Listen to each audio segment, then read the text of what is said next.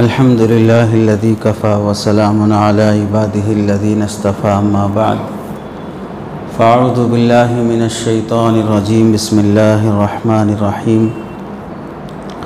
इन्नका लअला खुलुक़िल अज़ीम व क़ाला नबिय्यु सल्लल्लाहु अलैहि वसल्लम काना खुलुक़ुहुल क़ुरान औ कमा क़ालत आइशा रज़ियल्लाहु तआला अन्हा अल्लाहुम्मा सल्लि अला सय्यिदिना मुहम्मदिन व अला आलि सय्यिदिना मुहम्मदिन व बारिक व सल्लिम अल्लाहुम्मा सल्लि अला सय्यिदिना मुहम्मदिन व अला आलि सय्यिदिना मुहम्मदिन व बारिक व सल्लिम अल्लाहुम्मा सल्लि अला सय्यिदिना मुहम्मदिन व अला आलि सय्यिदिना मुहम्मदिन व बारिक व सल्लिम। मेरे मोहतरम अज़ीज़ों, बुज़ुर्गों और दोस्तों, कुरान मजीद की मुख्तसर सी आयत और हदीस पाक की रोशनी में आप हज़रात के सामने जो उन्वान तय हुआ, सीरतुन नबी सल्लल्लाहु अलैहि वसल्लम की रोशनी में पाकीज़ा मुआशरे की तश्कील, यानी आप सल्लल्लाहु अलैहि वसल्लम की आदात और अखलाक को पेश नज़र रखते हुए एक अच्छा समाज, एक अच्छी सोसाइटी कैसे बन सकती है, इस सिलसिले में कुछ बातें अर्ज़ करनी हैं।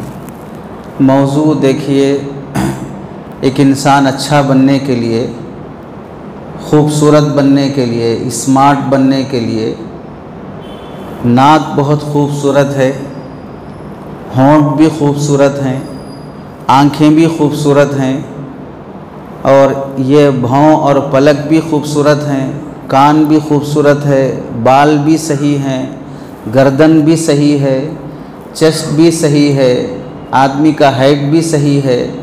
तो ये सब चीज़ें सही और अपनी अपनी जगह फिट होने के बाद एक इंसान अच्छा दिखना शुरू होता है। इनमें से अगर ऐसा हुआ कि नाक बहुत खूबसूरत है, आँख बहुत खूबसूरत है, लेकिन दांत पीले और टेढ़े मेढ़े हैं, तो जाहिर सी बात है कि खूबसूरती नहीं हो सकती। आँख और नाक सही है लेकिन कान टेढ़े हैं, चेहरा सब सही है लेकिन सर पे बाल नहीं है, गंजा है। तो खूबसूरत होने के लिए जो जो उज़्व अपनी जगह जैसा फिट होना चाहिए वैसा फिट होगा तो उसे खूबसूरत कहा जाएगा।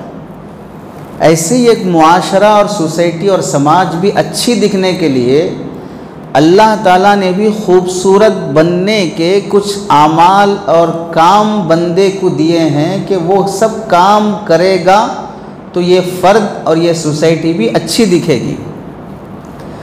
उनमें से एक काम अच्छा हो रहा है, दूसरा गलत हो रहा है, तो अब वो सोसाइटी अच्छी नहीं हो सकती। अब मिसाल के तौर पर हमारे समाज में नमाजी बहुत अच्छे हैं, दाढ़ी रखना बिल्कुल रख रहे हैं, टोपी लगाना लगा रहे हैं, कुर्ता पैजामा पहनना पहन रहे हैं। ये इबादत वाले काम अपनी जगह पर अच्छे हो रहे हैं, लेकिन जहाँ घर पहुँचते हैं ज़ुबान बहुत सख्त है, गुस्सा जल्दी आ जाता है, तिजारत में सच्चाई नहीं है, मामले में वादे का लिहाज नहीं है, छोटों पे नरमी नहीं है, बड़ों का अदब एहतराम नहीं है, सामने वाले को उसका मकाम देकर इज़्ज़त से बात करना नहीं है, अपनी सी बड़ी उम्र वाले सफ़ेद दाढ़ी वाले जो बुज़ुर्ग हजरात हैं उनको एहतराम से, इज़्ज़त से, अदब से पेश आना उनके साथ नहीं है, तो जाहिर सी बात है कि ये शख्स, ये मुआशरा नमाज में तो अच्छा है, अखलाक में घटिया है।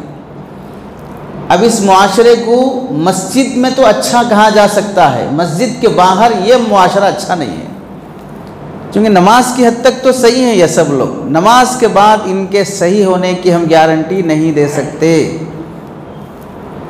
तो अब वो मुआशरा और वो सोसाइटी अच्छी नहीं हो सकती। अल्लाह के नबी अलैहिस्सलाम ने 13 साला मक्की दौर में, नबी बनने के बाद और नबी बनने से पहले 40 साला ज़िंदगी जो बग़ैर नबी बने के एक कॉमन मैन की तरह मक्की ज़िंदगी जो गुजारी है, इस 40 साला और फिर वो नबी बनने के बाद 13 साला, टोटल 53 ईयर्स में अल्लाह के नबी अलैहिस्सलाम ने उम्मत को और समाज को क्या पैगाम दिया। जब मुसलमान ये जानता है कि मक्का मुकर्रमा से मदीना हिजरत करके आने से 2 साल पहले शायद नमाज फ़र्ज़ हुई, उसके अलावा कोई काम मक्के में फ़र्ज़ नहीं हुआ, ना ज़कात फ़र्ज़ हुई, ना रोज़ा फ़र्ज़ हुआ, ना हज फ़र्ज़ हुआ। हज तो अल्लाह के नबी अलैहिस्सलाम दुनिया से तशरीफ़ ले जाने से 2 साल पहले फ़र्ज़ हुआ बस। तो गोया कि पूरा नबी अलैहिस्सलाम का जो पीरियड था 23 ईयर्स, उसमें से 20 ईयर्स तो हज था ही नहीं, इस्लाम में फ़र्ज़ ही नहीं था। तो ज़्यादा हाजी बनने का कोई मसला ही नहीं रहेगा। जब अल्लाह के नबी ने ही अपनी पूरी लाइफ में नबी बनने के बाद एक ही बार हज किया है, तो हम डबल हाजी बन के क्या कर लेंगे? 10 उम्रे करके हम क्या कर लेंगे? इबादत वाला पहलू अलग है, अखलाक वाला पहलू जो अल्लाह के नबी अलैहिस्सलाम ने जिया है वो ये 40 साल की ज़िंदगी, फिर ये 13 साल की ज़िंदगी, 53 ईयर्स अल्लाह के नबी अलैहिस्सलाम ऐसा रहे उस मुआशरे में। अल्लाह के नबी जब नबी होने का दावा किए तो मक्के के लोग नबी के मुखालिफ बने, लेकिन उसके बावजूद भी मोहम्मद सच्चा है, अमानतदार है, बाअखलाक है, वादे का पाबंद है। इसी वास्ते आप देखिए 13 साल मक्के की ज़िंदगी में अल्लाह के नबी को कितना नहीं सताए लोग। फ़ज़ाइल आमाल में आप सब हज़रात सुनते होंगे, सजदे में गए तो ऊँट की ओझड़ी लाकर डाल दिए, गले में चादर डाल के खींचे। अल्लाह के नबी अलैहिस्सलाम के मुंह पर नाउज़ बिल्लाह लोगों ने लुआब थूकने तक की भी हरकत और बदमाशी की। ये सब काम नबी के साथ हुए। सहाबा के साथ कितनी बदतमीज़ी की गई, हज़रत बिलाल के साथ कैसे हुआ, हज़रत खब्बाब रज़ी अल्लाह तआला अन्हु के साथ कैसे हुआ, ये सब हुआ। लेकिन आप सब जानते हैं कि जब अल्लाह के नबी अलैहिस्सलाम मक्का मुकर्रमा से मदीना मुनव्वरा रात के अंधेरे में हिजरत करके जाते हुए अपने बिस्तर पर हज़रत अली रज़ी अल्लाह तआला अन्हु को सुला कर गए और हिजरत करके निकल गए, घेरा हुआ अल्लाह के नबी के घर का कत्ल करने और शहीद करने की खातिर नाउज़ बिल्लाह। सुबह उठकर जब देखा गया तो बिस्तर पर मोहम्मद सल्लल्लाहु अलैहि वसल्लम नहीं हैं, हज़रत अली लेटे हुए हैं। तो इस हिजरत के मौके पर हज़रत अली को अपने बिस्तर पर लिटा कर जाते हुए अल्लाह के नबी ने क्या इरशाद फरमाया? लोगों की अमानतें मेरे पास रखी हुई हैं, तुम यहीं रहकर उनकी अमानतें लौटा कर फिर वापस हिजरत करके मदीना आ जाना। यानी जो खून के प्यासे और दुश्मन बने हुए हैं अपनी अमानतें, माल दौलत फिर भी मोहम्मद की बैंक में लाके जमा कर रहे हैं। उनका अकाउंट मोहम्मद सल्लल्लाहु अलैहि वसल्लम की बैंक में है। तो आप अंदाज़ा करें कि हमको आपसे दुश्मनी एक अल्लाह होने ना होने पर है, लेकिन आपकी अमानतदारी पर हमें कोई डाउट नहीं है। हिजरत की रात भी काफिरों की अमानतें मोहम्मद की बैंक में हैं। तो कितना पैगाम और कितने अखलाक से अल्लाह के नबी अलैहिस्सलाम काफिरों से पेश आए। जो सुबह दुश्मनी कर रहा है, शाम अपने अकाउंट के पैसे लाकर मोहम्मद सल्लल्लाहु अलैहि वसल्लम की बैंक में जमा कर रहा है। तो एक सोसाइटी को अच्छा इंसान बनने के लिए सिर्फ इबादत गुजार होना काफ़ी नहीं है, उसे इस्लाम के तमाम अहकाम में अमल करने से वो एक अच्छा फ़र्द, एक अच्छी सोसाइटी बन सकती है। अब हमारे समाज में जो पढ़े लिखे हों या बेपढ़े लिखे हों, ताजिर हों, मालदार हों, हर तबके के लोग हों, एक तबका वो है जो बिल्कुल अनपढ़ है, गंवार है, बात करने का सलीका नहीं है, गुस्सा लिमिट में नहीं है, छोटी छोटी बात पे लड़ाई झगड़े हो जाते हैं। उस सोसाइटी की बात तो करने की ज़रूरत नहीं है। लेकिन जो पढ़े लिखे शुमार होते हैं, एजुकेटेड और इंटेलेक्चुअल शुमार होते हैं, इस तबके में भी 2 तरह के लोग हैं। एक वह है जिनके अंदर वायलेंस है और दूसरे वो हैं जिनके जो नॉन वायलेंस हैं। क्या मतलब? पढ़ा लिखा और संजीदा एजुकेटेड तबका भी वो होता है कि अगर समाज में कोई बुराई देखे कि हमारी बच्ची बग़ैर बुर्क़े के हमारे महल्ले में घूम रही है, हमारे महल्ले का नौजवान गोटी खेल रहा है, हमारे महल्ले के नौजवान रात के 2-2 बजे तक चबूतरों पर बैठकर अपना टाइम वेस्ट कर रहे हैं। हमारे महल्ले का नौजवान अपने बड़े से बड़ी उम्र वाले से बदज़बानी से बात कर रहा है। यह सब समाज में देखा जा रहा है, लेकिन देखने के बाद भी ये अहबाब हमें क्या करना, छोड़ो जान दो, हम अपना काम करेंगे, सबके मामले में हम दखल नहीं देना, जो हो रहा होने दो। ये अफसोस या इजहार तशवीश या समाज के इस बिगाड़ पर कुछ भी अमली इक़दाम कि हमसे क्या दुरुस्तगी हो सकती है हम करने की कोशिश करेंगे, इसमें कोई दिलचस्पी नहीं। अपना काम, किसी से लड़ते नहीं, किसी से झगड़ते नहीं, किसी के मामले में इंटरफेयर नहीं होते, अपना बिजनेस, अपनी कंपनी, अपना कारोबार, उसमें खामोश हैं। ये भी एक तबक़ा है वो जो पढ़ा लिखा इस सोच के साथ चलता है। और एक तबक़ा वो है कि हमारे महल्ले में ऐसी हरकतें होंगी तो हमारे बच्चे ख़राब हो जाएंगे, हमारी नस्ल ख़राब हो जाएगी। लड़के लड़कियां आवारा घूम रही हैं, लड़के रात देर तक मोबाइल, गाने, फिल्में, गंदी चीज़ें, इसमें चबूतरों पर बैठे हुए हैं। बड़े छोटे की तमीज़ नहीं है, हया और बुर्क़े का लिहाज नहीं है, हराम हलाल की तमीज़ नहीं है। ये बीमारी पर्सनल बीमारी नहीं है, इससे हमारे ख़ानदान पर भी असर पड़ सकता है, हमारी बहू बेटियों पर भी इससे असर पड़ सकता है। इस वास्ते हम इसकी इस्लाह और दुरुस्तगी की कोशिश करेंगे, उस बंदे को बिठा के बात करेंगे, समझाएंगे उसकी परेशानी क्या है, हम उसकी मदद करके ये ख़राबी दूर करने की कोशिश करेंगे। चाहे हमारे ऊपर कुछ धब्बा लगे, हमें लोग बुरा कहें, हमारे नाम पे मसला आ जाए, लेकिन हम ये ज़िम्मेदारी अदा करेंगे सोसाइटी का एक मेंबर होने की वजह से। एक तबक़ा वो भी होता है। तो अब बताइए कौन सा तबक़ा समाज के लिए ज़्यादा फ़ायदामंद है? वो तबक़ा अपने काम से काम में लगा है, दूसरे जान दो भाड़ में, कुछ भी हो जान दो, हमें कोई मसला नहीं है, ये तबक़ा ज़्यादा मुफीद है? या वो तबक़ा कि बुराई देखने के बाद उसे दुरुस्त करने की कोशिश भी करता है?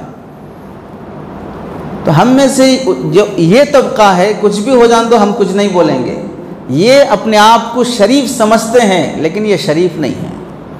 इस वास्ते कि जब आप बुराई देखकर सरफ़े नज़र कर लेते, इग्नोर कर देते हैं, तो एक दिन वो बुराई आपके घर तक पहुंचेगी। एक दिन वो आपकी नस्ल भी बर्बाद होगी, जिस बुराई को देखकर आप दूसरी की नस्ल को बर्बाद होता देखना गवारा कर रहे हैं। तो हमारे समाज में इस्लाह के लिहाज से एक वो जो बिगड़ा हुआ है उसको भी सुधारना है, और एक ये जो अपने आप को सुधरा हुआ समझ रहा है इसको भी सुधारना है कि तुमको भी खड़े होना पड़ेगा बुराई को बुरा कहने के लिए, अच्छाई को अच्छा कहने के लिए। अल्लाह के नबी अलैहिस्सलाम ने वही फरमाया था कि बनी इसराइल के लोग जो हलाक हो गए उसकी वजह यह है कि उन समाज में भी अच्छा करने वाले भी थे, बुरा करने वाले भी थे। और बुरा करने वाले लोगों में ये बात थी कि कोई भी बुराई होती, हमको क्या करना है, छोड़ो, जाके सो जाते। और दूसरा वो तबका होता, नहीं हमारी जिम्मेदारी है इनको बोलना, मना करना, इस वास्ते मना करते थे। तो अल्लाह ने उनको अजाब से बचाया जो मना करते थे, और जो ऐसे शरीफ और सॉफ्ट मुसलमान बन के थे कि हमारे नाम पे कोई धब्बा नहीं आना, हम सबके प्यारे बन के रहना, हर दिल अजीज़ बन के रहना, सबके नज़र में हम अच्छे बन के रहना, ऐसे बनी इसराइल को भी अल्लाह ने उनके साथ अजाब में कुत्ता, बिल्ली, खिंजीर की शक्ल में बना दिया, जो बुराई तो नहीं करते थे लेकिन बुराई को रोकने की एक कदम भी नहीं बढ़ाते थे।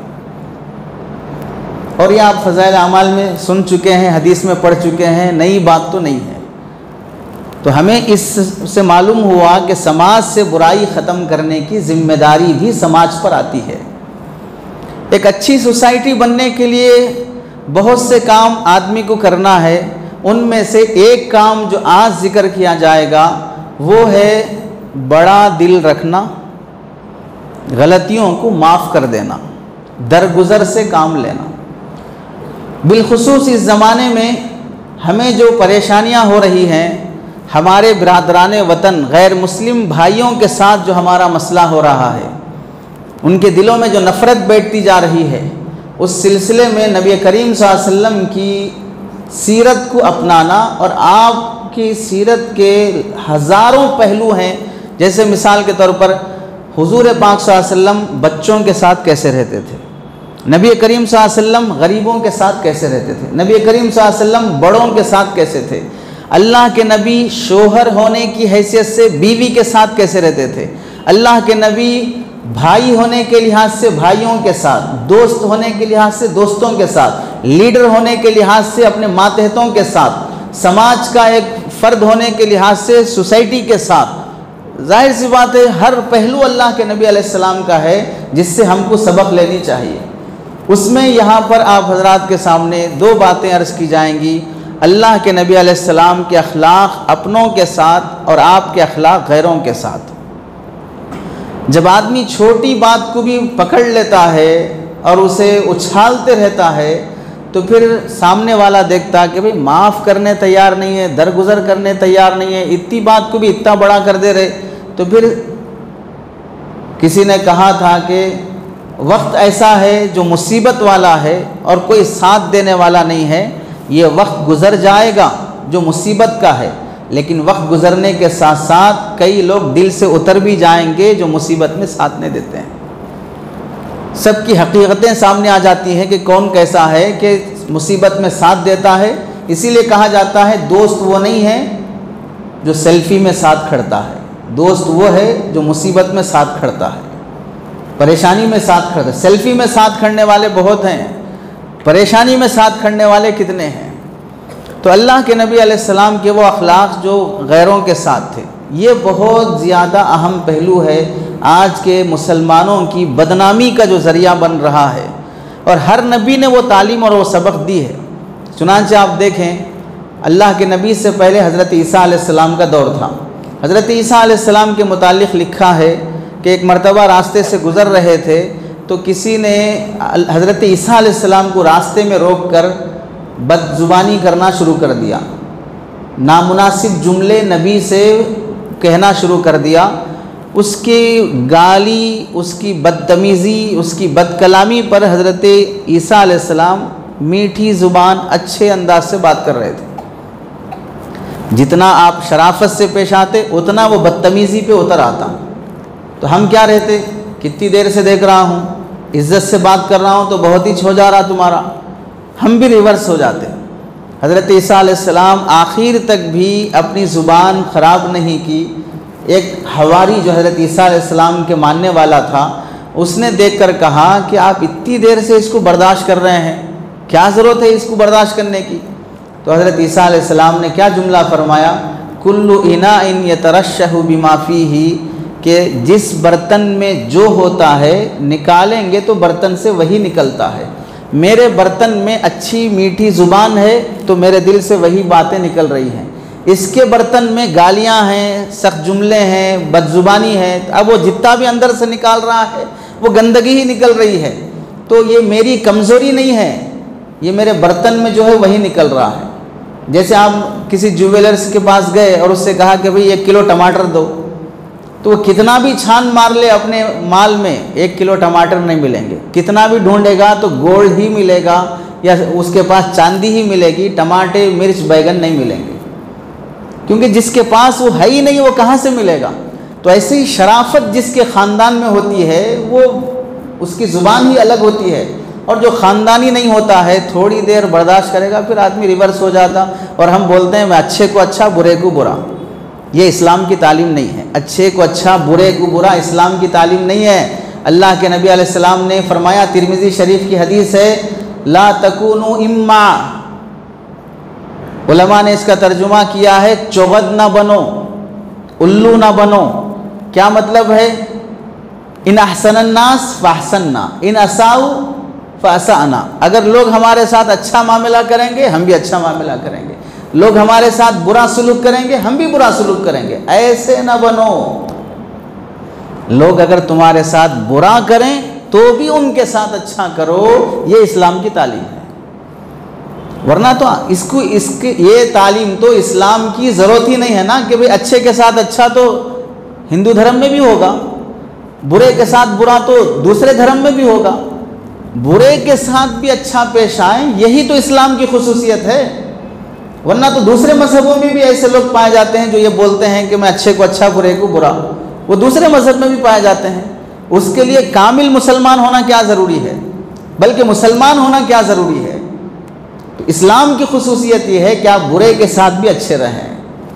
आप अलैहिस्सलाम की जो खूबियाँ थी, उन खूबियों में से बहुत ही ज़्यादा नुमायाँ खूबी जिसे कुरान में भी अल्लाह ने ज़िक्र किया और अहादीस में भी मौजूद है, वो है सामने वाले को माफ़ करना, दरगुज़र कर देना।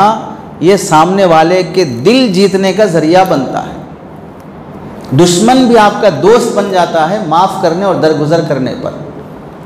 चुनांचे कुरान मजीद में अल्लाह ने नून वल क़लम वमा यस्तरून 29वें पारे में कसम खाकर फरमाया, वो कलम जो अर्श पर है और जिससे तकदीरें लिखी जाती है, उस कलम की कसम, इन्नका लअला खुलुक़िन अज़ीम, ऐ नबी आपके अखलाक बहुत ही आला दर्जे के हैं। कसम खा के अल्लाह के नबी के अखलाक की गवाही अल्लाह ने दी। हज़रत आयशा रज़ी अल्लाह तआला अन्हा के पास सहाबा कभी कभार आकर पूछते थे कि हमारे नबी के अखलाक कैसे थे, जो बाद में नबी को नहीं देखे थे। तो हज़रत आयशा रज़ी अल्लाह तआला अन्हा फरमाती थी, आपने कुरान पढ़ा? हाँ पढ़ा है। तो हज़रत आयशा रज़ी अल्लाह तआला अन्हा फरमाती थी, कानत खुलुक़ुहु अल-कुरान, कान खुलुक़ुहु अल-कुरान, के हज़रत नबी करीम सल्लल्लाहु अलैहि वसल्लम के अखलाक बिल्कुल कुरान के मुताबिक होते थे। कुरान ने कहीं कहा कि झुक जाओ, नबी वहाँ झुका हुआ मिलेगा। कुरान ने कहीं कहा डट जाओ, तो नबी वहाँ डटा हुआ मिलेगा। कुरान ने कहीं कहा सच बोलो, नबी वहाँ सच्चा पाएगा। कुरान ने कहीं कहा कि यहाँ पर सख्ती करो, तो वहाँ सख्त नबी मिलेगा। तो जैसे कुरान की तालीमात हैं, नबी वैसे तुमको गोया के समझो कुरान हार्ड कॉपी में मौजूद है और उसका फ़िज़िकल कुरान अगर तुम देखना चाहते हो मोहम्मद सल्लल्लाहु अलैहि वसल्लम है। ये हज़रत आयशा रज़ी अल्लाह तआला अन्हा की गवाही है। चुनांचे सीरत हल्बिया एक किताब है, उस किताब में लिखा है कि अल्लाह के नबी अलैहिस्सलाम एक मरतबा मदीना मुनव्वरा में गालिबन खाना तनावुल फरमा रहे थे।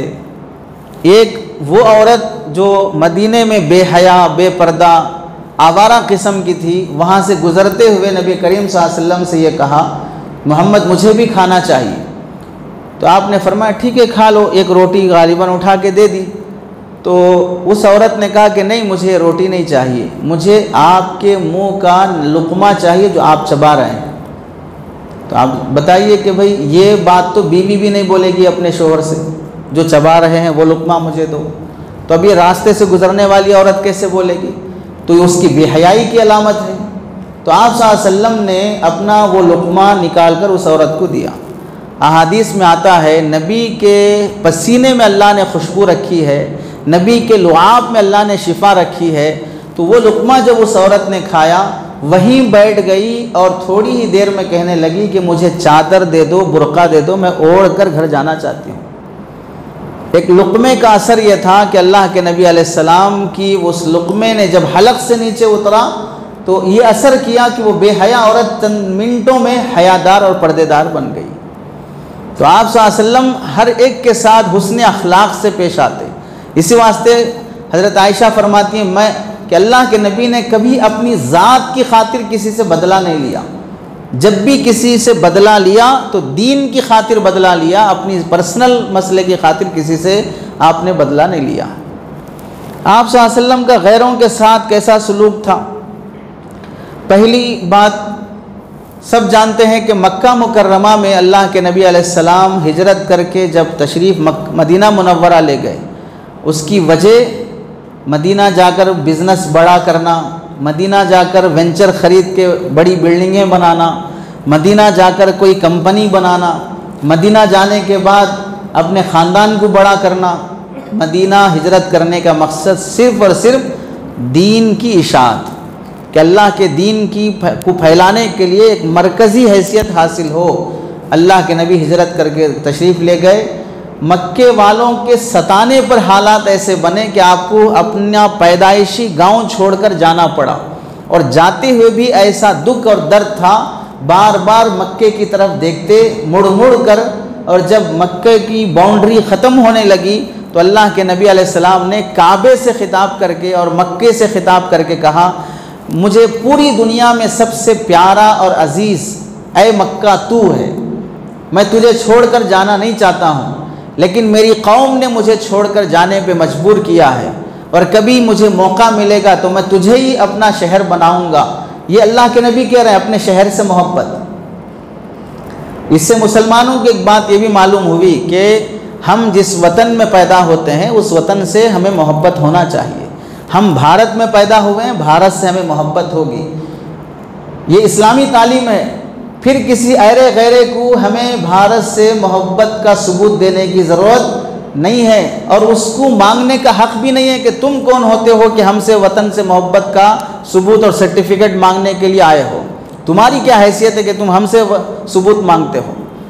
और अफसोस देखिए, मुसलमानों से जब नबी की सीरत निकल गई, नबी के अखलाक निकल गए, तो दुश्मन जिसकी खुसूसियत अल्लाह के नबी ने यह फरमाया कि मुसलमान का रोब, मुसलमान अगर सुन्नतों वाला होता है तो अल्लाह के नबी का रोब दुश्मनों पर इतना पड़ता है कि नबी फ़लाँ एरिए में 1 महीना पहले, 1 महीने के बाद आएंगे, लेकिन ख़बर पहुंच गई 1 महीना पहले। जैसे मिसाल के तौर पर आपके यहाँ प्रोग्राम होता है हर हफ्ता, तो ऐलान होता है 4 दिन पहले, 1 हफ़्ता पहले, 10 दिन पहले। तो जब ख़बर पहुंचती है कि फ़लाँ टाइम पे फ़लाँ साहब आएंगे, अल्लाह के नबी की ख़बर किसी एरिए में आने की 1 महीना पहले पहुंचती है। नबी शहर में आने से 1 महीना पहले से ही खौफ और डर उस एरिए के लोगों में रहता है। इतना रोब अल्लाह के नबी को अल्लाह ने दिया था। और उलमा ने लिखा है कि मुसलमान अगर कामिल नबी की सुन्नतों पर चलेगा तो इसका रोब भी गैरों पर ऐसा ही पड़ेगा। आज वो नहीं है, क्योंकि मुसलमान खुद मुसलमान नहीं है। जैसा इस्लाम मुसलमान में होना चाहिए था वो नहीं पाया जा रहा है। चुनांचे देख लें, अभी मसला औकाफ का चल रहा है और इसमें यह बात आई कि भाई वक्फ बाई यूज़र, कि जैसा पहले से यूज़ होती आ रही हैं जगह मस्जिद के लिए, कब्रस्तान के लिए, ईदगाह के लिए, उसके डॉक्यूमेंट्स और पेपर हो ना हो, लेकिन अब वो औकाफ के हैं और वो मुसलमानों के हैं, उसे ख़त्म करके अगर कोई भी ज़मीन हो मुसलमानों की, वो प्रॉपर्टी के कागज़ात और पेपर हैं तो ही हम मानेंगे। तो जाहिर सी बात है कि 1000 साल पहले मुग़लों ने अगर कोई मस्जिद बनाई थी, उसके पेपर रजिस्टर का सिलसिला कहाँ होगा? कौन उसके पेपर की हिफाजत करेगा? कहाँ से मक्का मस्जिद के पेपर लाएंगे? कहाँ से चार मीनार के पेपर लाएंगे? कहाँ से कुतुब मीनार के पेपर लाएंगे? कहाँ से ताजमहल के पेपर लाएंगे? कहाँ से जामे मस्जिद दिल्ली के पेपर लाएंगे? हज़ारों सालों से जो चलती आ रही है, लेकिन मुतालबे हो रहे हैं। अभी एक वीडियो साहब भेजे, यूपी के किसी इलाके में चंद गुंडे टाइप के नॉन मुस्लिम आकर एक मस्जिद में पूछ रहे हैं इस मस्जिद के पेपर दिखाओ। क्या हक़ है भाई आपको पूछने का? अभी बिल पास भी नहीं हुआ, अभी मसला हल नहीं हुआ, और पूछने का हक़ हर ऐरे गैरे को हासिल है। जो उठेगा आके पूछ देगा, वीडियो बना देगा कि इस मस्जिद के पेपर नहीं हैं, फिर भी इल्लीगल बनी हुई है, हम इस मस्जिद वालों से पूछने के लिए आए। तो मुल्क में कितना इंतशार होगा, कितना एक दूसरे से नफरतें फैलेंगी। ये जो मसाइल शुरू हो रहे हैं, मुसलमान अगर वाक़ियतन सीरत रसूल पर होता तो कितना गैरों के दिलों में रोब होता, मोहब्बत होती और अपनायत और ताल्लुक़ होता। हम सब का मसला ये है कि जब भी हालात बिगड़ते हैं, बिगड़ने के बाद जो बिगाड़ा है, जिसके बारे में मालूम होता है कि फ़लाँ ने बिगाड़ा है, उसके बारे में थोड़ा बहुत रोएंगे, बद्दुआ करेंगे, कुछ अफसोस करेंगे, लेकिन उसके असल असबाब, उसका असल हल क्या है, उस सिलसिले में तवज्जो कम देंगे। चुनांचे आप सल्लल्लाहु अलैहि वसल्लम मक्का हिजरत करके मदीना आए हैं। मक्का से हिजरत करके मक्के वालों पर ऐसे हालात आए, 7 साल तक मक्का मुकर्रमा में बारिश नहीं हुई, अनाज का मसला बिगड़ गया, खजूरें नहीं लग रही हैं, बिज़नेस ठप पड़ गया। मक्के वाले इतने मजबूर हो गए कि किसी जानवर का खून अगर गिरता ज़ुबा करते वक्त, वो खून पकड़कर पीने पे मजबूर हो गए। इतना फाका था मक्का मुकर्रमा में। तंग आकर अबू सुफियान, जो उस वक्त मुसलमान नहीं हुए थे, चंद साथियों को लेकर मदीना मुनव्वरा पैगाम भेजा मोहम्मद हम आपके ही ख़ानदान के लोग हैं, हम पर हालात और मुसीबतें हैं, आपसे दरख्वास्त है कि आप हमारी मदद करें। ये किसको पैगाम आ रहा है? जिसे मक्का से निकाला गया और जिसे ढूंढ के लाने पर 100 या 50 ऊँटों का ऑफ़र किया गया कि अगर मोहम्मद सल्लल्लाहु अलैहि वसल्लम को ढूंढ कर लाएगा, कोई भी हिजरत की रात पकड़ के लाएगा, हम उसे इतने ऊँट ऑफ़र कर रहे हैं, उनके पास आ रहे हैं कि हमारी मदद कीजिए। तो आप सल्लल्लाहु अलैहि वसल्लम ने उन काफिरों की दुश्मनी, उनका सताना, परेशान करना कुछ नहीं देखा, सहाबा इकराम को जमा किया, जबकि उस वक्त मदीने में भी फाके चल रहे हैं, और तरगीब दी कि कौन कितना मक्के के काफिरों की खातिर मदद करने तैयार है। तो एक एक सहाबी से जमा करके 500 दिरहम अल्लाह के नबी अलैहिस्सलाम ने जमा किए और हज़रत दिहिया कल्बी रज़ी अल्लाह तआला अन्हु के हवाले किया कि ये ले जाकर अबू सुफियान के हाथ दे दें कि मदीने के मुसलमानों की तरफ से मक्के के काफिरों के लिए ताउन और मदद है। तो आप समझें कि हमारा अगर किसी रिश्तेदार से कुछ अनबन हो जाए, झगड़ा हो जाए, फिर उसके बाद वो रिश्तेदार किसी मुसीबत में हो और मदद मांगने के लिए आए, तो हम क्या बोलेंगे? वो दिन याद है हमारे साथ क्या किए आप? अब आप आए मदद मांगने के वास्ते, हमारे साथ कैसा सुलूक किया आप, हमारे बच्चे के साथ कैसा किए, फलां के साथ कैसा किए। ये जो दिलों में बसा हुआ है बग़्ज़, अदावत, कीना, ये नबी का सीना नहीं हो सकता है, नबी के आशिकों का और फरमाबरदारों का नहीं हो सकता है। इतना सताया अल्लाह के नबी को, क्या कोई कह सकता है कि मोहम्मद सल्लल्लाहु अलैहि वसल्लम के बाद किसी भी इंसान को उतना सताया गया जितना अल्लाह के नबी अलैहिस्सलाम को सताया गया? अल्लाह के नबी ने तो यहाँ तक फरमाया कि किसी नबी को इतना नहीं सताया गया जितना मुझे सताया गया। जब किसी नबी को नहीं सताया गया तो हम और आपको कौन कितना सता लेगा? अल्लाह के नबी को जितना सताए उनमें से 1% भी हमको सताया नहीं गया है, लेकिन उसके बावजूद भी वो अखलाक जो नबी में थे वो हमारे अंदर 1% भी नहीं है। इसी वास्ते देखें, शादी हुई, मियाँ बीवी में चंद महीनों या चंद सालों के बाद चकपक हो गई, खुला या तलाक की नौबत आ गई, तो अब ये दो ख़ानदान एक दूसरे की दावतें किए, एक दूसरे को हदिये तोहफे दिए, एक दूसरे में कितने रसूमात हुए। शादी से पहले मंगनी की रस्म, शादी के टाइम मुंह दिखाई की रस्म, शादी की दावत, वलीमे की दावत, उसके बाद जुमागी की दावत, ये लेना वो देना, इतना सब कुछ होने के बाद 4-6 महीने 2-4 साल के बाद जब चकपक होती है, ये इंडिया या पाकिस्तान, और ऐसा पुलिस स्टेशन में केसेस दर्ज होते हैं सास के ख़िलाफ़, समधी के ख़िलाफ़, देवर के ख़िलाफ़, शोहर के ख़िलाफ़ और फलां के ख़िलाफ़, गोया कि कभी ये लोग आपस में एक थे ही नहीं। क्यों इतना मसला बन रहा है? क्या सहाबा में कभी किसी सहाबी ने अपनी बीवी को तलाक नहीं दिया? तलाक देने के बाद क्या इतना ही इशू हुआ जो आज मुसलमानों में हो रहा है? एक बुजुर्ग के बारे में लिखा है कि उनकी बीवी इतनी बदजुबान थी, खाना खाने के लिए बैठे तो भी अंदर से आवाज़ें आती, घर में दाखिल हुए तो परेशानी होती। मुरीदीन और साथ रहने वाले दोस्तों को भी मालूम था कि भाई कैसा तुम घर में रहते, कैसा इस बीवी को झेलते रहते, तलाक दे दो ना इसको।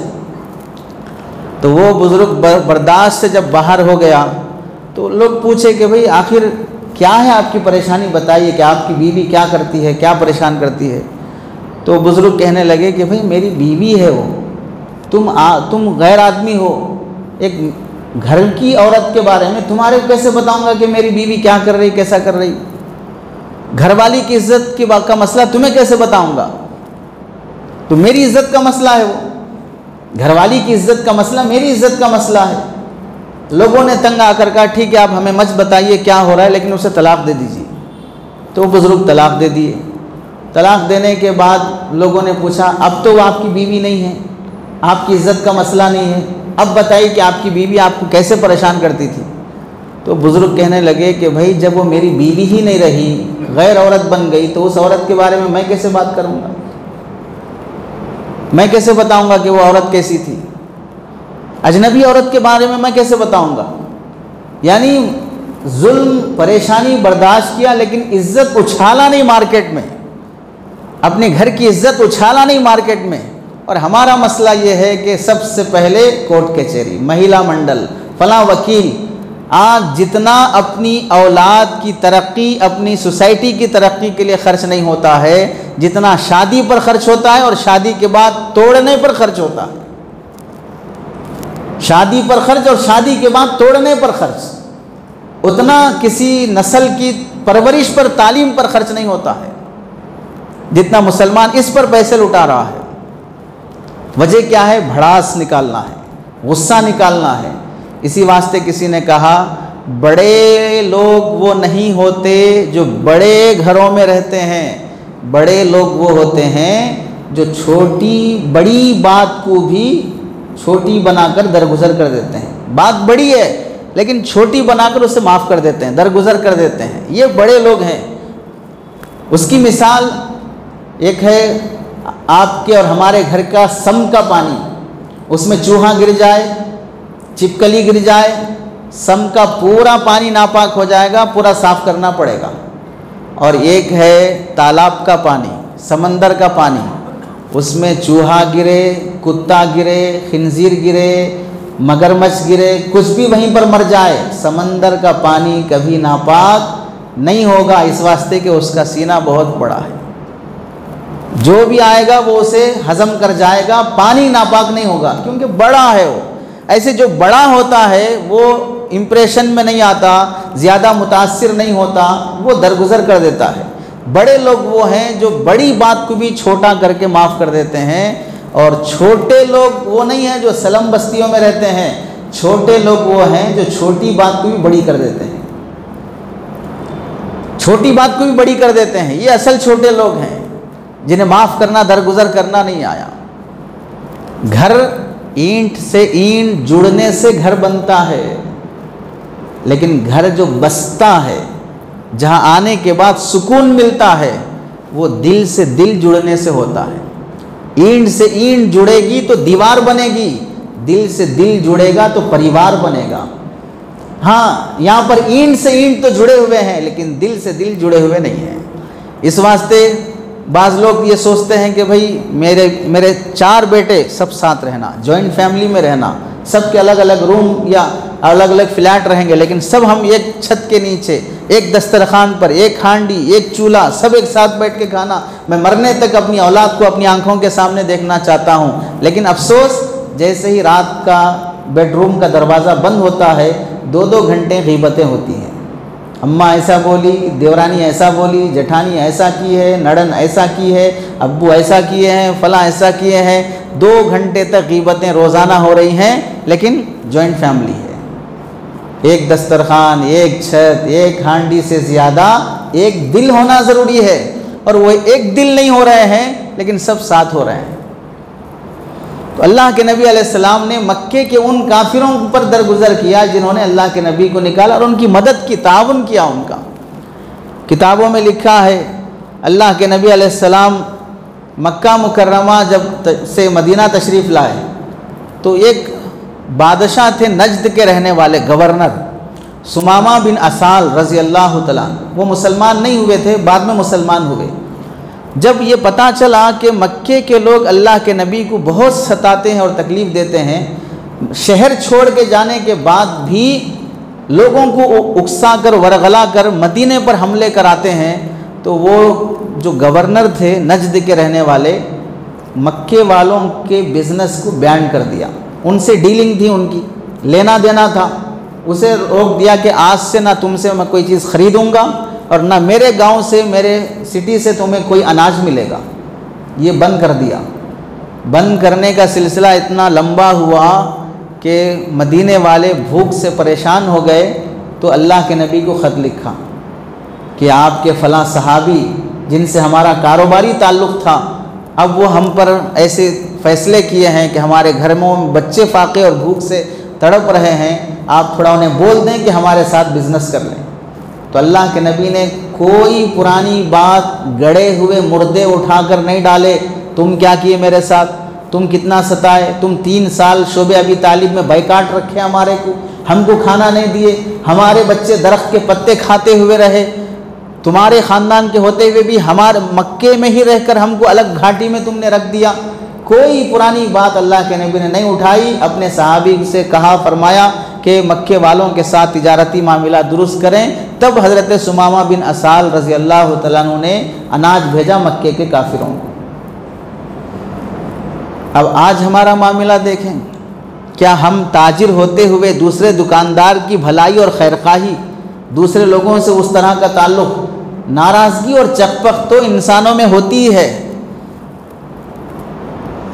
आप और हम इस बात से भी सबक ले सकते हैं, जंगल के रहने वाले जानवर और दरिंदे भी बहुत सी बातों में मुसालहत कर लेते हैं। जैसे मिसाल के तौर पर शेर से लड़ते हुए कितनी बार देखे आप लोग?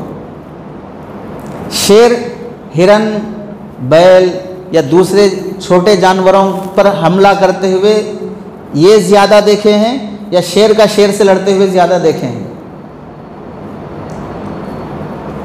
हाथी से लड़ते हुए कितनी बार देखे हैं?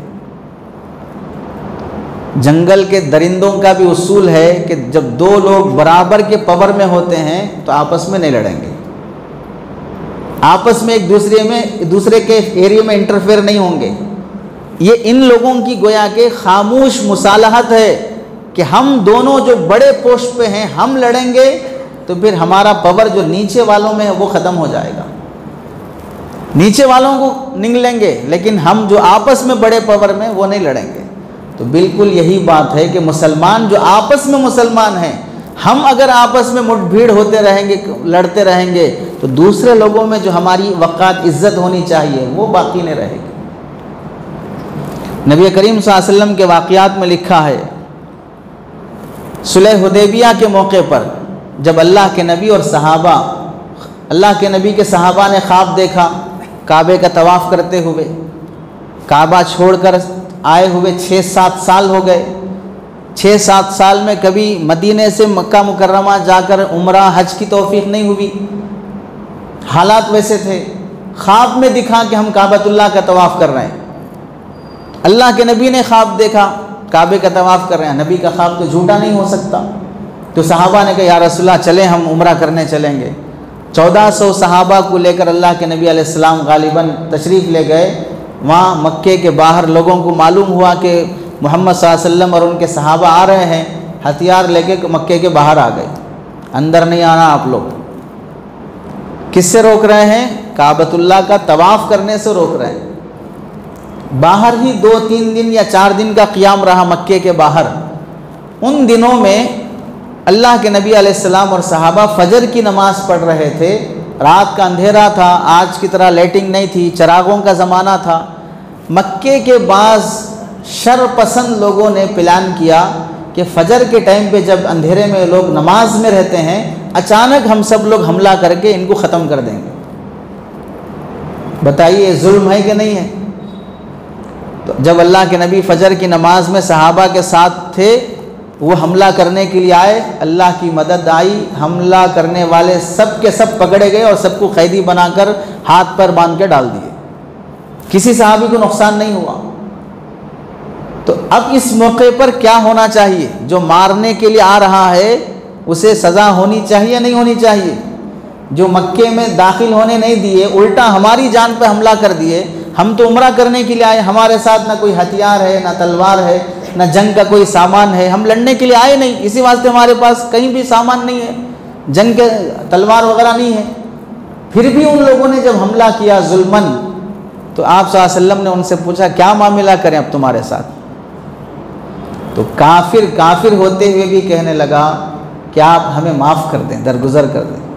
तो अल्लाह के नबी अलैहिस्सलाम ने कुछ नहीं फरमाया कि एक तो मक्के में आने नहीं दिए, तवाफ़ करने नहीं दिए, नमाज में हैं और पीछे से हमला करके मारना चाह रहे हो।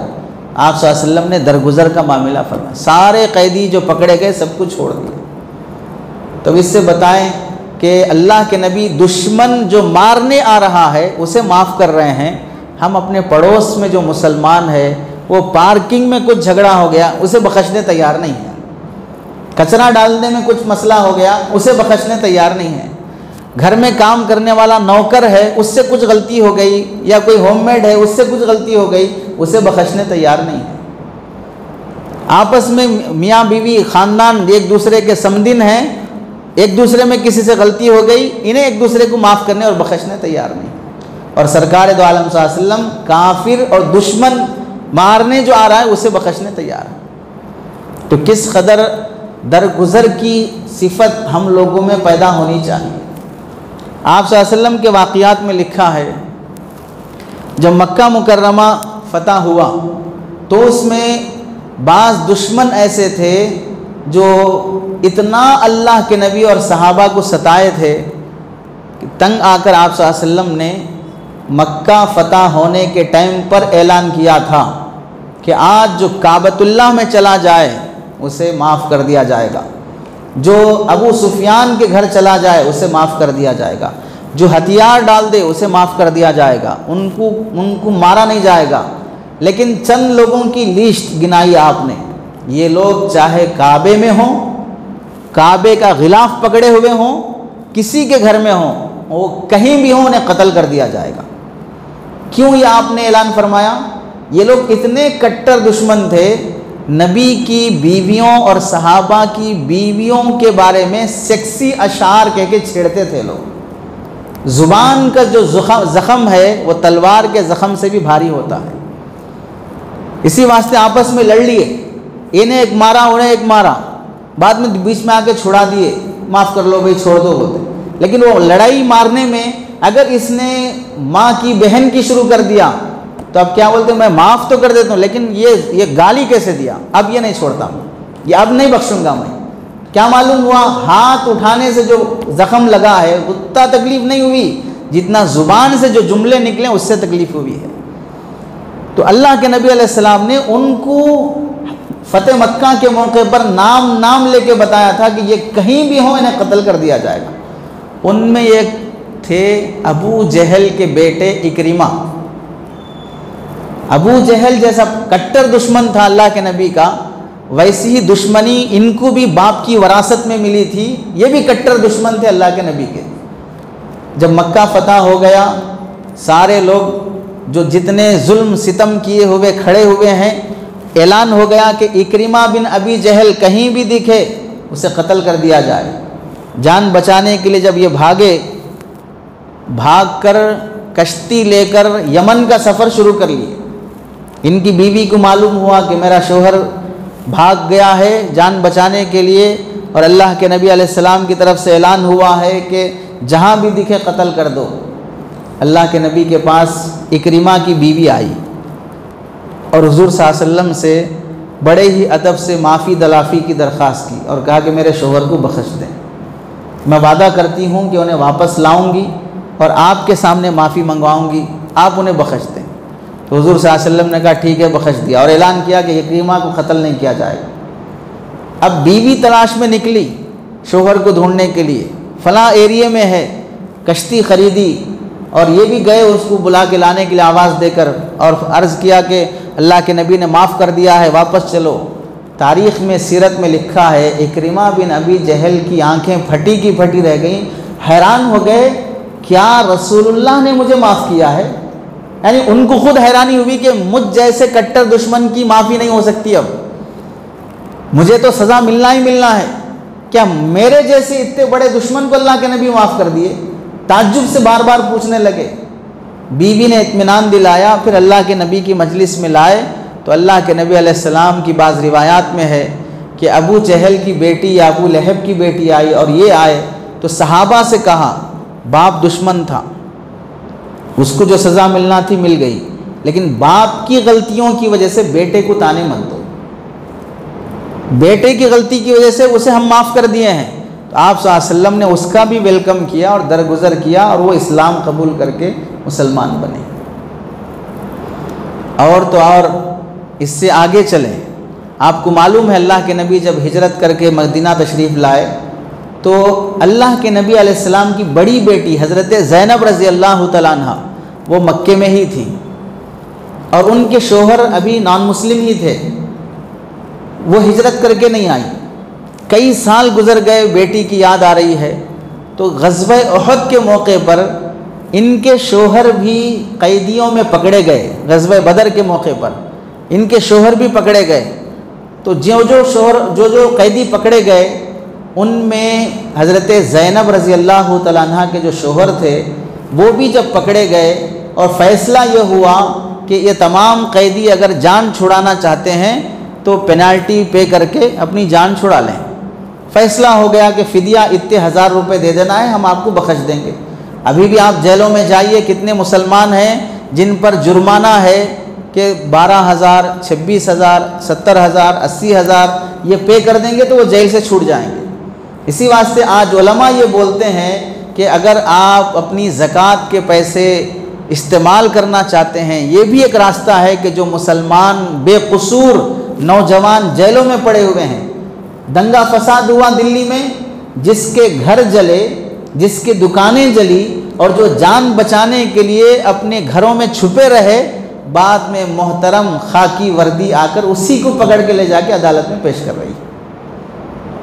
जला भी वही, कटा भी वही, नुकसान भी उसी का, मुजरिम भी वही।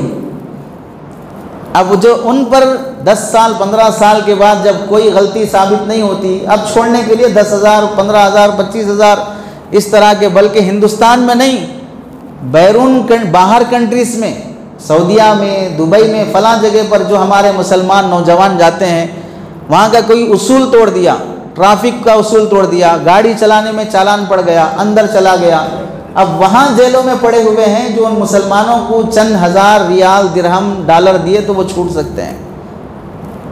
तो अल्लाह के नबी अलैहिस्सलाम ने फ़िदिया लगाया कि ये दे दो और तुम्हें छोड़ दिया जाएगा। हज़रत ज़ैनब रज़ी अल्लाह तआला अन्हा अपने शोहर को छुड़ाने के लिए एक हार भेजा। वह हार था हज़रत खदीजा रज़ी अल्लाह तआला अन्हा का, जो हज़रत खदीजा ने अपनी बेटी को हदिया किया था। और हज़रत खदीजा अल्लाह के नबी अलैहिस्सलाम की पहली बीवी हैं, जिनके एहसानात बहुत हैं सरकार दो आलम सल्लल्लाहु अलैहि वसल्लम पर।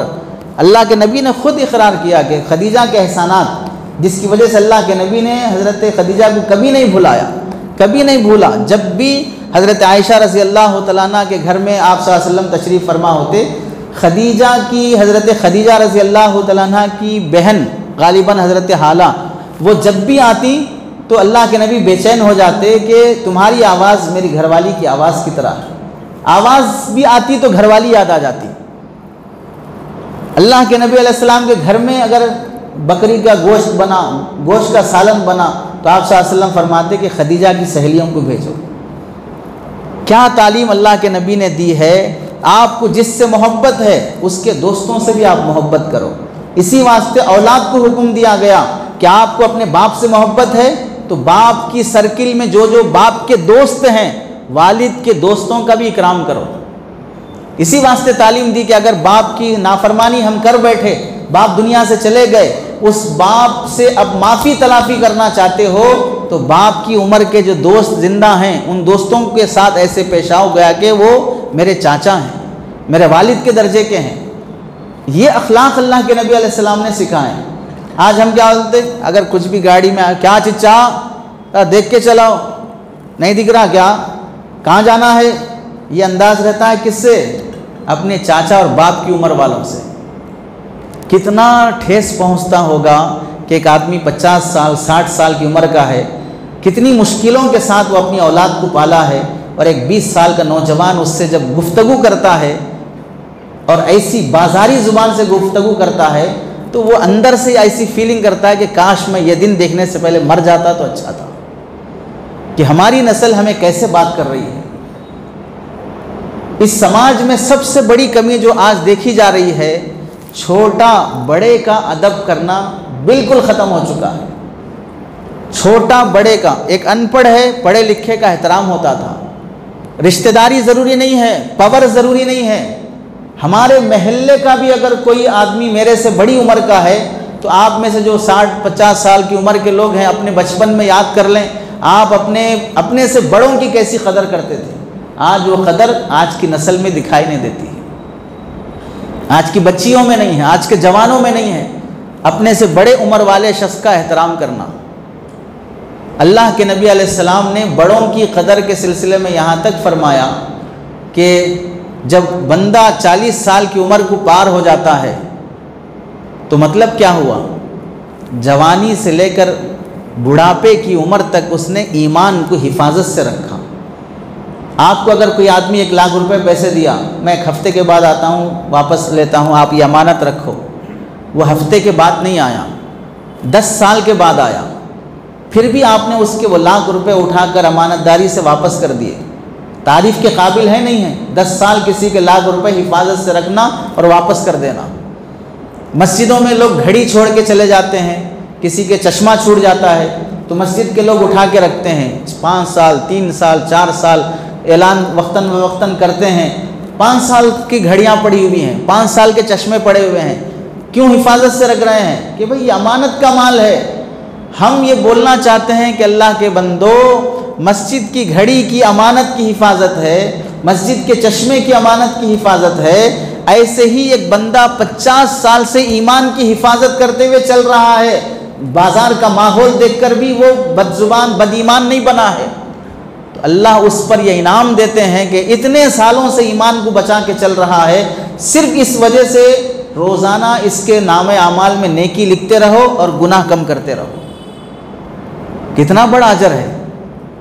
लेकिन आज उन्हीं बड़ों के साथ हमारा सलूक कैसे, हमारी ज़ुबान कैसे? हाथ तक उठा देते हैं लोग। हाथ उठाना तो ठीक बुरी बात ही है, लेकिन ज़ुबान की जो तकलीफ़ होती है वह तकलीफ़ बहुत ज़्यादा रहती है। तो आप सल्लल्लाहु अलैहि वसल्लम की जो बेटी थी हज़रत ज़ैनब, उन्होंने हार भेजा अपने शोहर को छुड़ाने के लिए। अल्लाह के नबी ने जब वो हार देखा तो हज़रत खदीजा की याद आ गई, और बीवी ने जो साथ दिया था वही आने पर अल्लाह के नबी जो कपकपा रहे थे, डर था अल्लाह के नबी के, बशरी खौफ जो था, कम्बल उड़ाकर बीवी ने जो तसल्ली दी थी कि आप खौफ ना करें, आप यतीमों का सहारा हैं, बेवाओं का सहारा हैं, आप गरीबों का सहारा हैं, आप इतने अच्छे अखलाक वाले हैं, आपको कुछ नहीं होगा। तो यहाँ हज़रत खदीजा अल्लाह के नबी को ये नहीं फरमा रही हैं आप नमाजी हैं, आप तहज्जुद गुजार हैं, आप दाढ़ी कुर्ते वाले हैं, आपकी अल्लाह हिफाजत करेगा।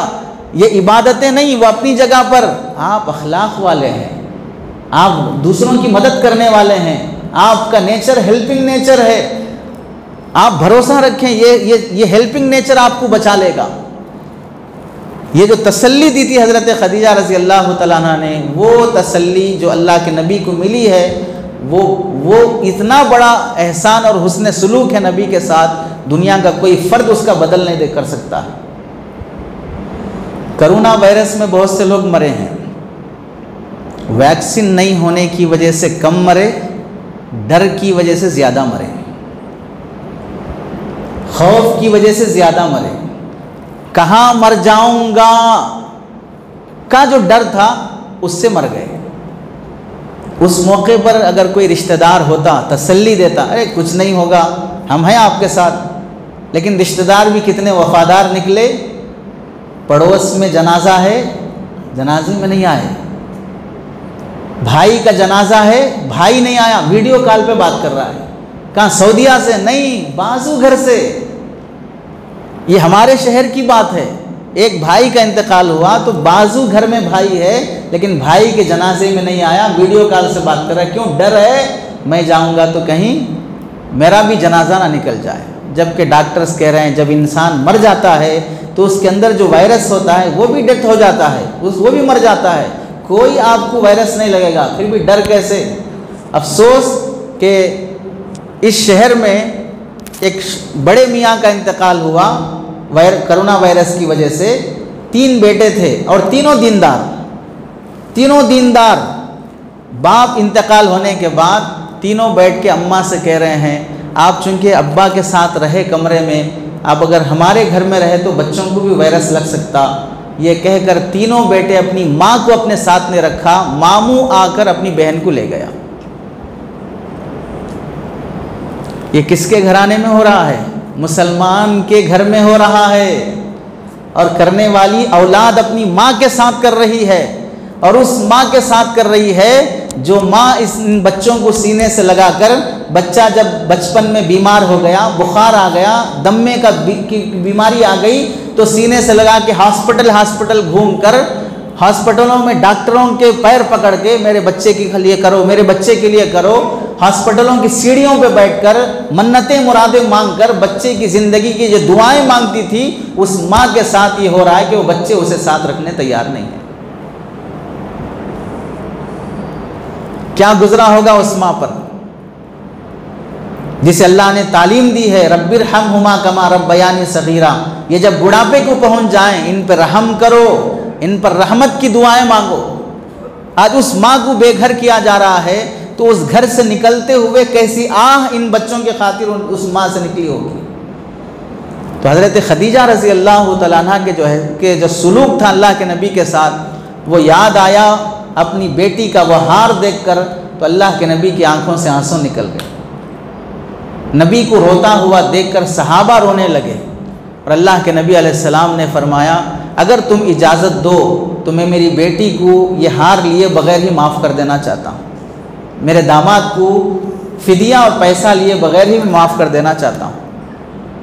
और अपने दामाद से कहा कि जब मक्का जाओ तो मेरी बेटी को भेज देना, तुम मुसलमान नहीं हो, मेरी बेटी मुसलमान है, तुम वापस कर देना। तो उन्होंने वादा किया कि ठीक है, मैं आपकी बेटी को भिजा दूंगा। अब मक्का जाने के बाद वो अल्लाह के नबी अलैहिस्सलाम की बेटी हज़रत ज़ैनब रज़ी अल्लाह तआला अन्हा को ऊँट पर बिठाकर मोहम्मद सल्लल्लाहु अलैहि वसल्लम के पास भिजा रहे हैं।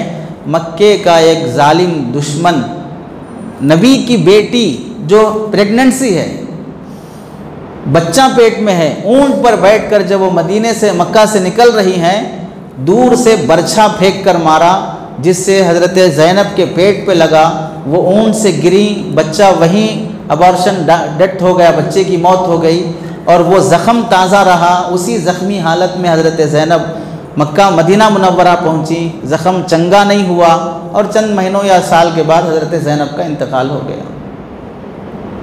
तो जिसने बरछा मारा है, नबी को कितनी तकलीफ़ हुई होगी, और प्रेगनेंसी औरत के साथ अगर ऐसा होगा तो कितना दुख होगा। वो बच्चा जो ज़ाय हो गया, माँ को कितनी तकलीफ़ होगी। ये मंज़र देखो, समझो, थोड़ा ख्याल में लाओ। अगर हमारी बेटी, हमारी बीवी प्रेगनेंसी, हम किसी हॉस्पिटल में ले गए और वो हॉस्पिटल वाला कह रहा कि अब टाइम हो गया, अब नहीं ले सकते, दूसरी हॉस्पिटल ले जाओ, तो कितना दिल पे ये होता है कि अरे इस हालत में हम कहाँ ले जाएं। आप एम्बुलेंस का इंतज़ाम करो, वो नहीं करने तैयार है। आप डॉक्टर को फ़ोन करो, बुलाने तैयार नहीं है। उस मौके पर क्या दिल पे गुजरेगा, मन करेगा मार दिया जाए इसको, तो हॉस्पिटल चला रहा है, ये दरिंदा है। लेकिन जो नबी की बेटी के साथ ऐसा कर रहा है, तो उस नबी पर क्या गुजरा होगा। लेकिन मक्का फ़तह होने के बाद वही शख्स हब्बार बिन अस्वद, जिसने नबी की बेटी को बरछा मारा, वो आया इस्लाम कबूल करने के लिए। सरकार दो आलम सल्लल्लाहु अलैहि वसल्लम, जिनके जिस्म अत्थर से लगी हुई चादर, अहले सुन्नत वल जमात का अक़ीदा है कि अल्लाह के अर्श से भी अफजल है। जो नबी के जिस्म से टच हो जाती है, वो अल्लाह के अर्श से भी अफजल हो जाता है। वो चादर नबी करीम सल्लल्लाहु अलैहि वसल्लम ने उतार कर उसके लिए बिछाया कि आओ हम तुम्हारा वेलकम करते हैं, तुम मुसलमान होने के लिए आ रहे हो। वो मेरी बेटी का मसला ज़ाती मसला था, ये दीन और ईमान का मसला है। इस वजह से हम तुम्हें इस्लाम से महरूम नहीं करेंगे, दीन से महरूम नहीं करेंगे। अल्लाह के नबी ने उसका भी वेलकम किया। तो आप बताइए, हमारे अखलाक नबी करीम सल्लल्लाहु अलैहि वसल्लम के अखलाक से कितने दूर हैं। ये चीज़ें जो नबी करीम सल्लल्लाहु अलैहि वसल्लम ने अपनाई हैं, तभी तो पूरे 23 ईयर्स में अल्लाह के नबी ने जितनी जंगें की हैं, गज़वात और सरिया जितने हुए हैं, इस पूरे जंगों में कितने सहाबी शहीद हुए? 259। 260 सहाबा शहीद हो रहे हैं, लेकिन पूरी दुनिया में, पूरे अरब में इस्लाम फैल रहा है।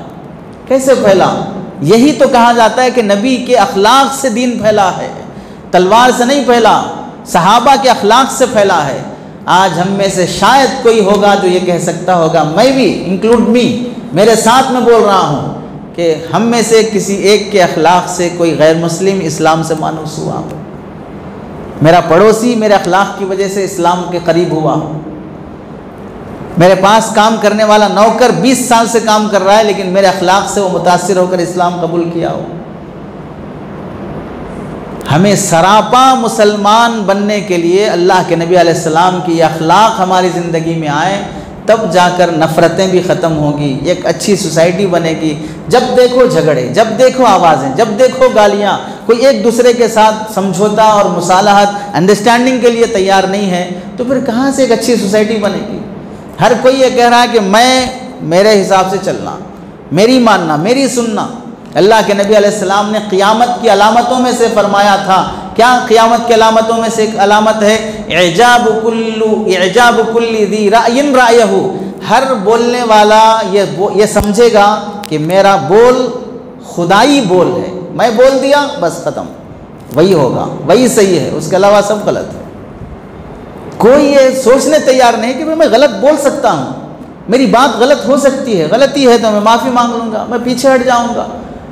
ऐसा कॉन्सेप्ट ही नहीं है। मेरे खिलाफ कैसे बोला, मेरे अगेंस्ट में कैसा गया, ये जो फिक्र है, सोच है अंदर का तकब्बुर, एक दूसरे से दरगुजर नहीं करना, माफ़ नहीं करना, इससे ना घर सही बन सकता, ना ख़ानदान सही बन सकता, ना सोसाइटी सही बन सकती। हम बज़ाहिर चेहरों के लिहाज से एक दूसरे के लिहाज से एक मज़हब के फॉलोवर्स तो हैं, लेकिन हम एक अच्छे मुसलमान नहीं हो सकते जब तक हमारे अंदर बड़ापन, दरगुजर करने का मामला, दिल बड़ा रखने का मामला पैदा नहीं होगा। आखिरी बात सुन लें, न्यूटन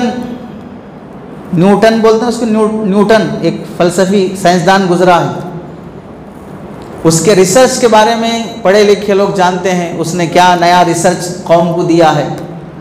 पहले उसके ज़माने में भी ये लाइट वगैरह का मसले नहीं थे, चिराग की रोशनी में लोग लिखते थे।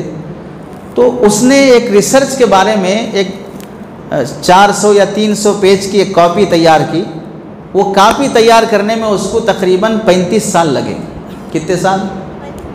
उसका रिसर्च। एक बार वो टेबल पे बैठ के वो लिख रहा था, चिराग बाजू था, खाना खाने के लिए जाके आया तो उसके घर में कुत्ता था वो पालता हुआ, जिसका नाम टॉनी कुछ था, वो टेबल पे चढ़ गया, चिराग गिर गया, वो 30-35 साल का जो रिसर्च है वो कॉपी पूरी जल गई। कितना गुस्सा आएगा।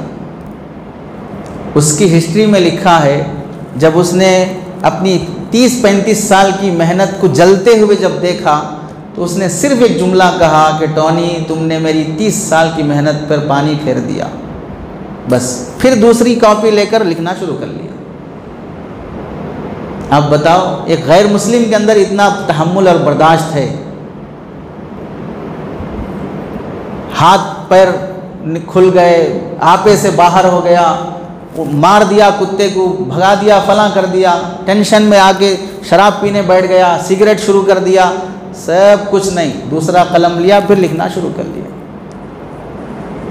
तो ये अखलाक जो हम में होना चाहिए, ये हम अपने भाइयों के साथ, मुसल्लियों के साथ, इमाम के साथ, उलमा के साथ, आपस में ताजिरों के साथ, एक दूसरे से बड़ापन जो इस वक्त होना चाहिए, इस वक्त मुआशरे का अहम हिस्सा है। अल्लाह से दुआ है कि अल्लाह ताला हमारी ज़िंदगियों में नबी करीम सल्लल्लाहु अलैहि वसल्लम के अखलाक नसीब फरमाए। आमीन। वाखिर दावाना अनिल हम्दुलिल्लाहि रब्बिल आलमीन।